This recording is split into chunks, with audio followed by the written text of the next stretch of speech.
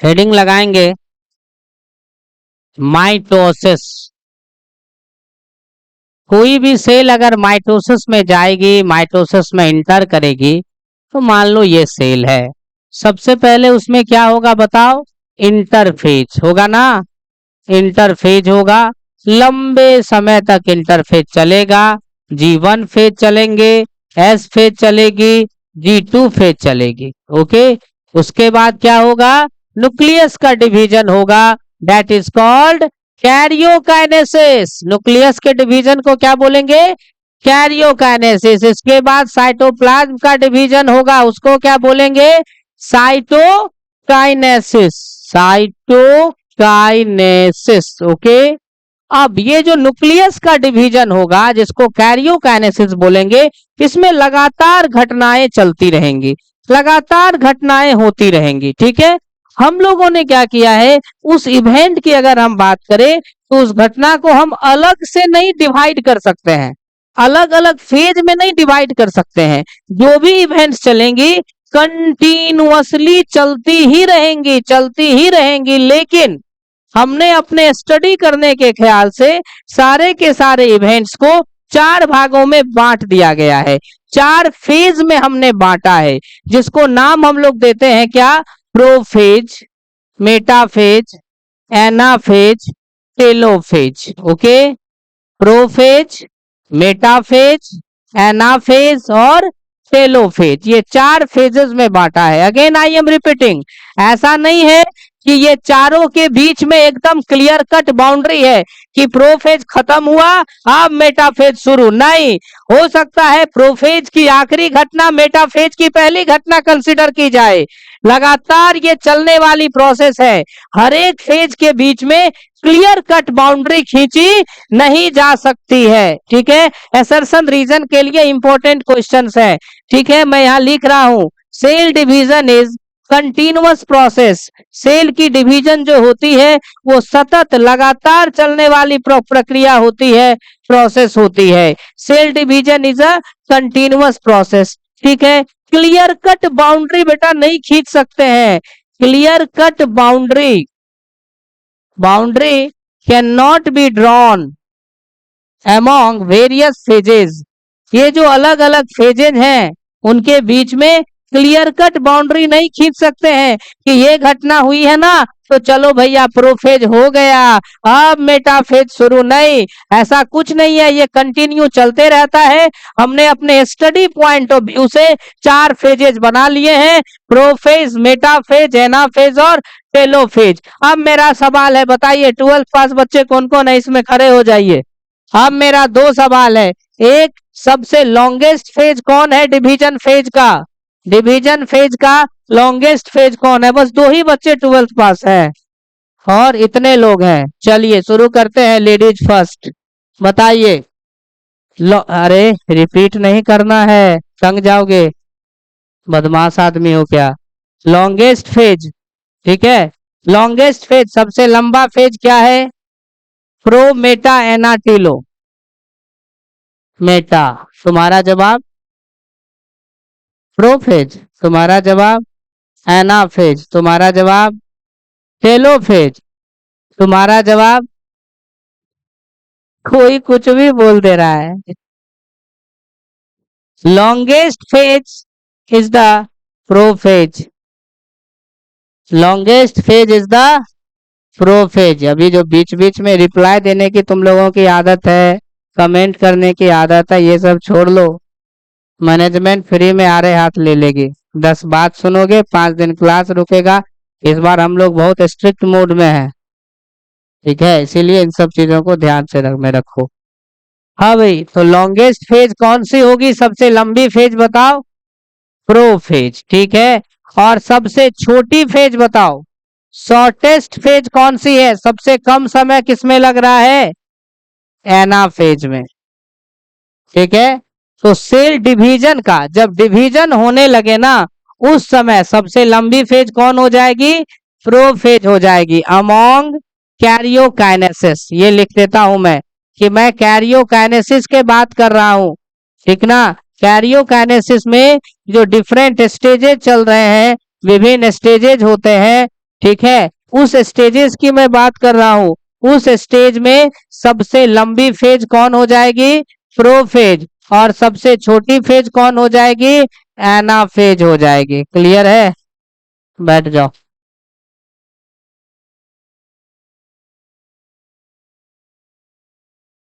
Clear? अब एक एक करके देखते हैं। सबसे पहले प्रोफेज, क्या स्टोरी है इसकी? प्रोफेज देखो, जैसे ही डिवीजन शुरू होती है ना, जैसे ही सेल में डिवीजन होने लगता है ना, तो एक चीज याद रखना, सेल में जैसे ही डिवीजन होने लगेगी, जैसे ही डिवीजन होने लगेगी, तो न्यूक्लियस जो है ना, कुछ देर के बाद धीरे धीरे डिसअपियर हो जाता है। और जो क्रोमेटिन नेटवर्क है वो कंडेंस होकर के क्या बनाती है? क्रोमोजोम बनाती है, ताकि जेनेटिक मटेरियल को बांटना, डिस्ट्रीब्यूट करना आसान हो, है ना।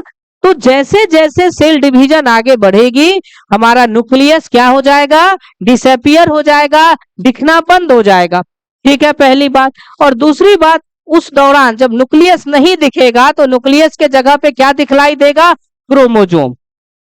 मान लो आप माइक्रोस्कोप पे सेल को ऑब्जर्व कर रहे हो, कुछ नहीं दिखलाई दे रहा, कहीं कोई हलचल नहीं दिखलाई दे रही है, मतलब अभी इंटरफेज है।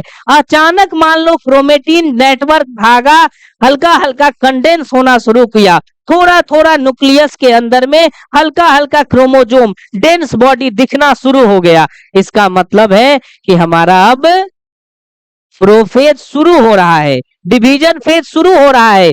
कभी क्रोमोजोम आएगा, कंडेंस होगा, बीच में जाएगा, स्प्लिट होगा, इतनी सारी घटनाएं होगी कि लगेगा मानो सेल में ड्रामा चल रहा है।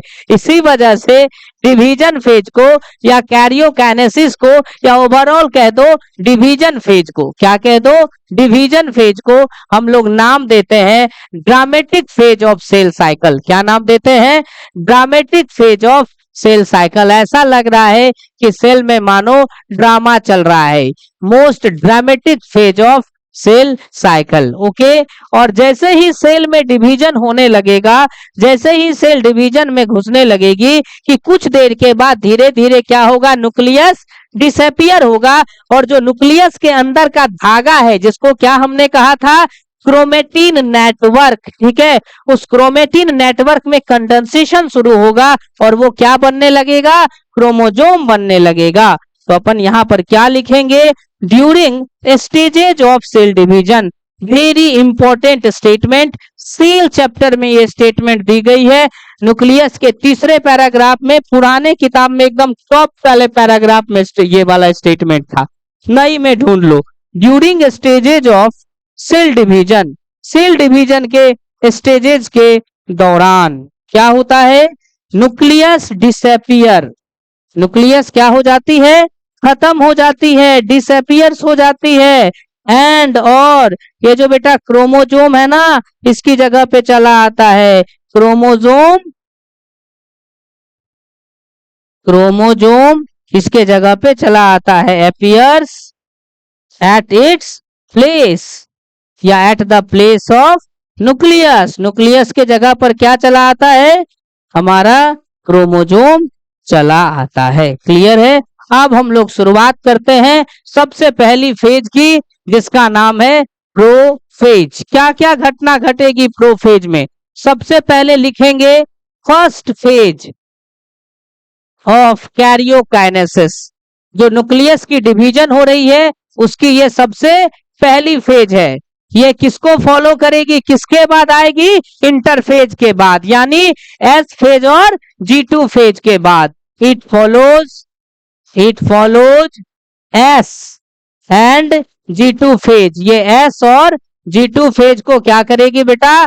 फॉलो करेगी। तीसरे नंबर पर आ जाओ, longest phase of cell cycle. Cell cycle कहना गलत है, सेल साइकिल की सबसे लंबी फेज कौन है? इंटरफेज। इंटरफेज में सबसे लंबा G1 फेज, डिवीजन फेज में सबसे लंबा प्रोफेज। तो longest phase among karyokinesis, karyokinesis जो तुम्हारी चल रही है ना, उसकी ये सबसे लंबी फेज होती है, लॉन्गेस्ट फेज अमोंग कैरियोकाइनेसिस। होता क्या है इसमें? घटना क्या शुरू होता है सर, ये तो बताओ। न्यूक्लियस के अंदर ये क्या है? Chromatin network. ये है न्यूक्लियस के अंदर क्रोमेटिन नेटवर्क। ये क्रोमेटिन नेटवर्क कंडेंस होना शुरू हो जाता है और कंडेंस होकर के ये क्या बना लेता है? क्रोमोसोम बनाने लगता है। ये प्रोसेस स्टार्ट तो होती है, अभी पूरी तरीके से क्रोमोसोम नहीं बने हैं। हम लोग 4 क्रोमोसोम लेके चलते हैं, अभी पूरी तरीके से क्रोमोसोम बने नहीं है, अभी क्रोमोसोम का कंडेंसेशन हो ही रहा है। बस पहली बार क्रोमोसोम हल्का सा नजर आया है। ओके, तो क्या लिखेंगे हम लोग? ये क्या हो गया? कंडेंसेशन। ठीक है, तो अब यहाँ पे मैं लिखता हूं कंडेंसेशन ऑफ। कंडेंसेशन का क्या मतलब हुआ? क्वाइलिंग, सुपर क्वाइलिंग, क्वाइल होना शुरू हुआ। किसका क्वाइलिंग शुरू हुआ है?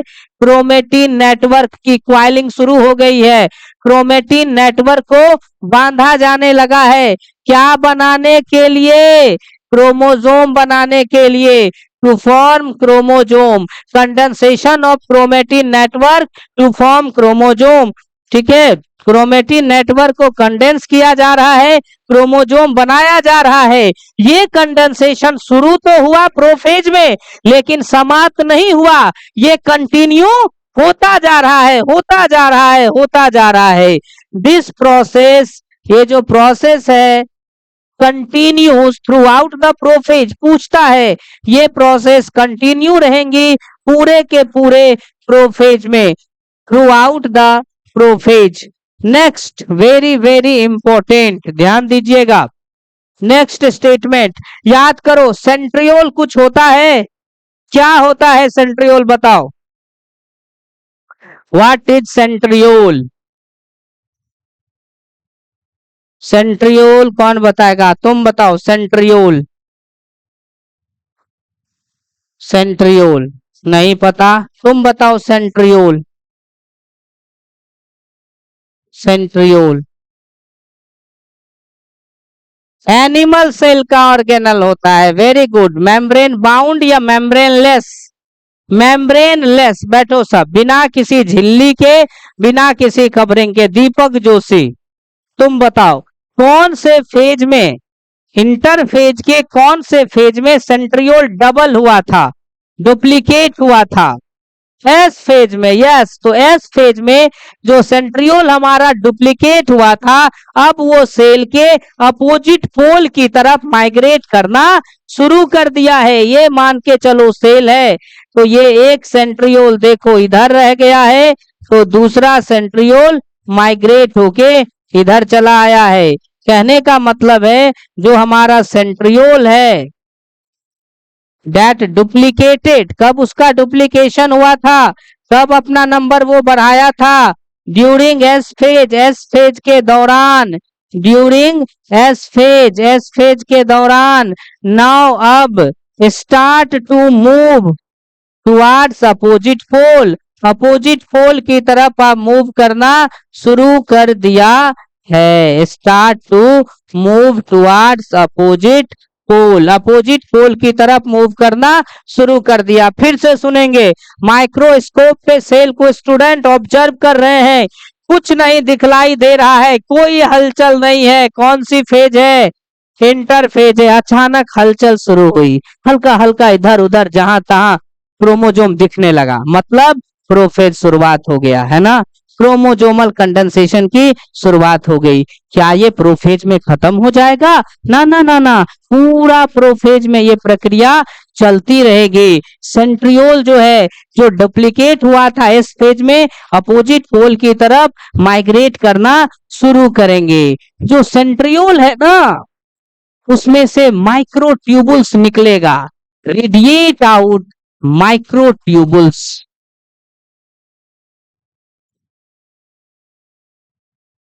कॉल्ड एस्टर, जिसको हम लोग क्या कहते हैं? एस्टर कहते हैं।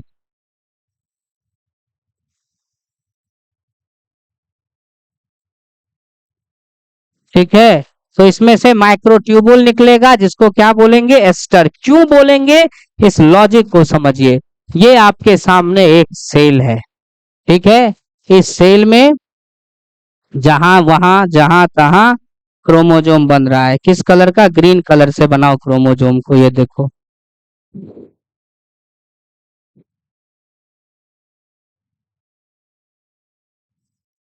ठीक है, अभी कंडेंसेशन कंप्लीट नहीं हुआ है, बस हो रहा है। डन। उसके बाद आ जाओ येलो, इस पे आ जाओ, इस कलर पे। ये देखो एक सेंट्रियोल यहाँ है। इस सेंट्रियोल में से माइक्रोट्यूबुल्स बाहर की तरफ निकलते हैं, निकल रहे हैं। माइक्रोट्यूबुल्स, पतले पतले प्रोटीन्स के ट्यूबुल्स जो हैं, ट्यूबुलिन प्रोटीन के, वो बाहर की तरफ निकलते हैं।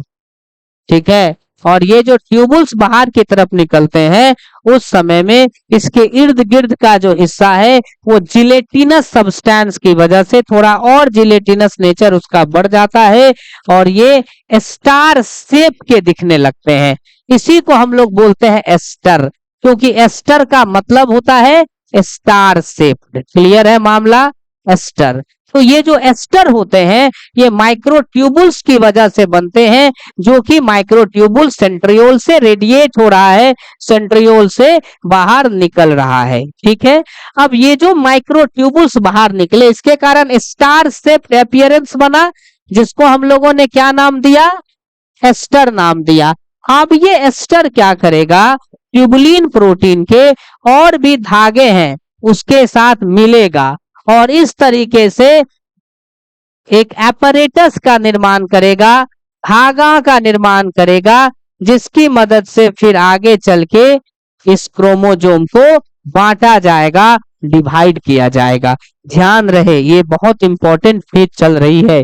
Centriole radiate out microtubule, centriole से माइक्रोट्यूबुल्स निकली है, क्या बना रहा है वो? एस्टर। कितने एस्टर बने बेटा? 2 एस्टर बने। तो क्या लिखेंगे? 2 esters along with spindle fiber, along with spindle fibre, जो धागा है स्पिंडल फाइबर के साथ में मिल करके क्या बनाता है? Form mitotic apparatus. कौन से एपरेटस बनाते हैं?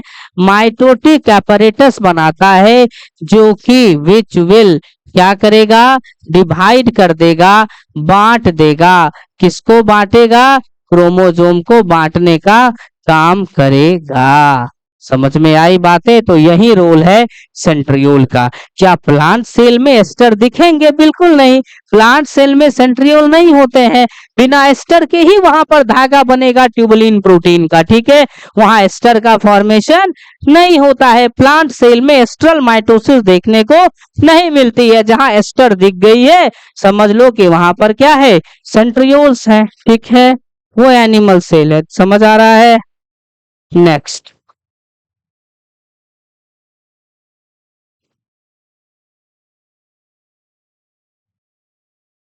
जैसे जैसी कहानी आगे की तरफ बढ़ेगी, at the end of prophase, जैसे जैसे प्रोफेज अपनी समाप्ति की ओर अग्रसर होगा, जो न्यूक्लियस का मेम्ब्रेन है, जरा सा देखा जाए इस चीज को, हम थोड़ा सा और ऊपर बना लेते हैं यहाँ।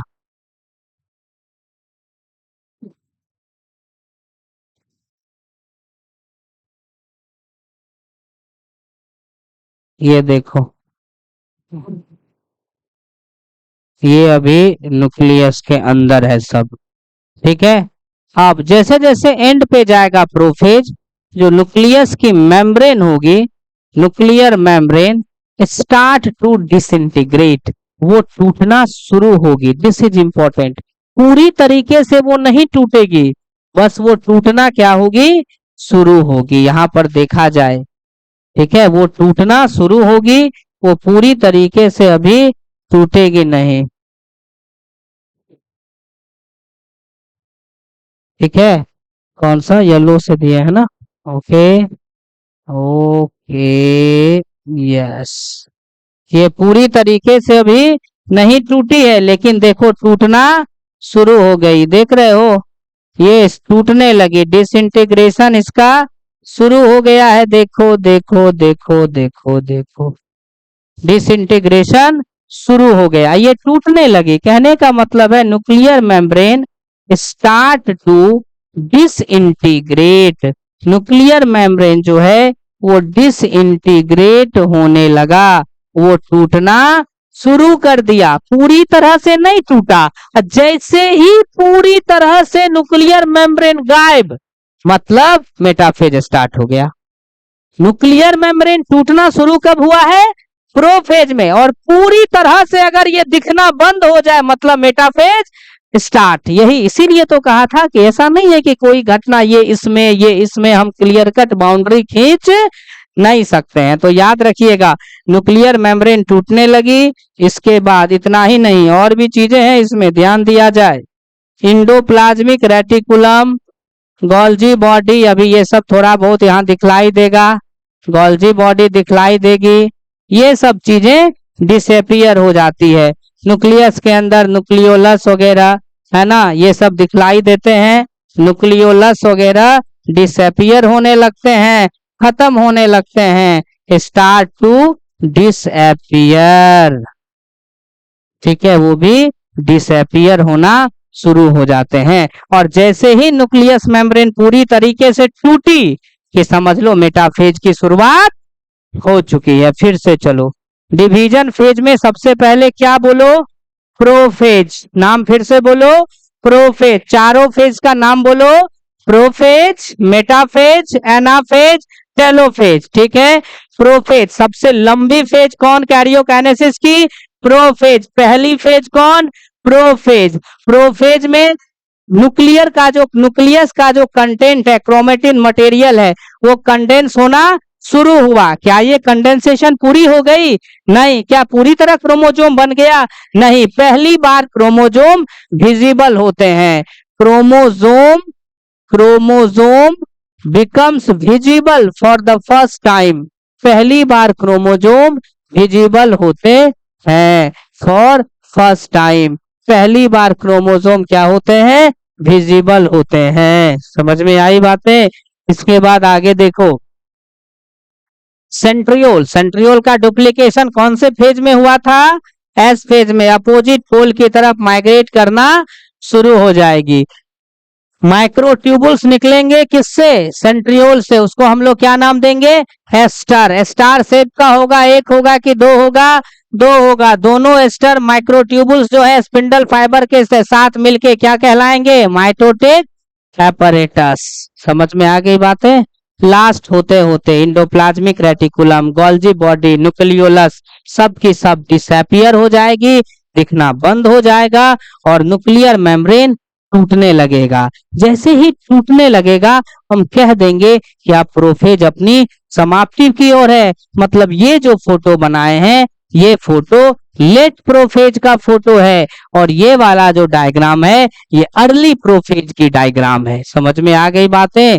तो जैसे ही लेट प्रोफेज में जाएंगे न्यूक्लियस की मेम्ब्रेन टूटने लगेगी और जैसे पूरी तरह से टूटेगी कि हम लोग बोल देंगे कि चलो भाई अब मेटाफेज की शुरुआत हो चुकी है।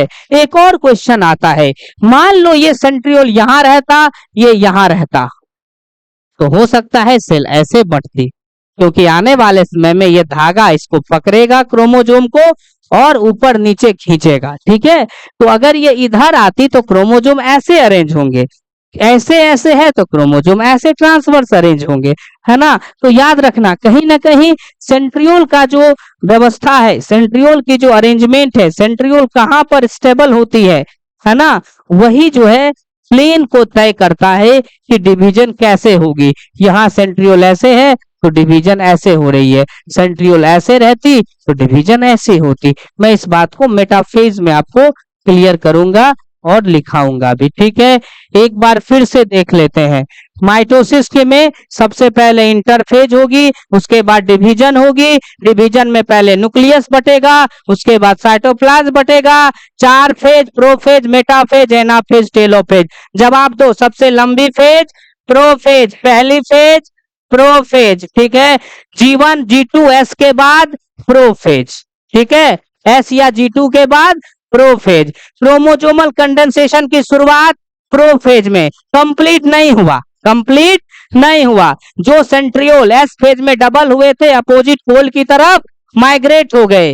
अंत आते आते न्यूक्लियर मेम्ब्रेन हल्का हल्का टूटने लगा। अब पूरी तरीके से टूटा मतलब प्रोफेज खत्म, मेटाफेज शुरू। ठीक है, एस्टर 2 होते हैं जो माइटोटिक एपरेटस का निर्माण करते हैं। लिखिए इसको।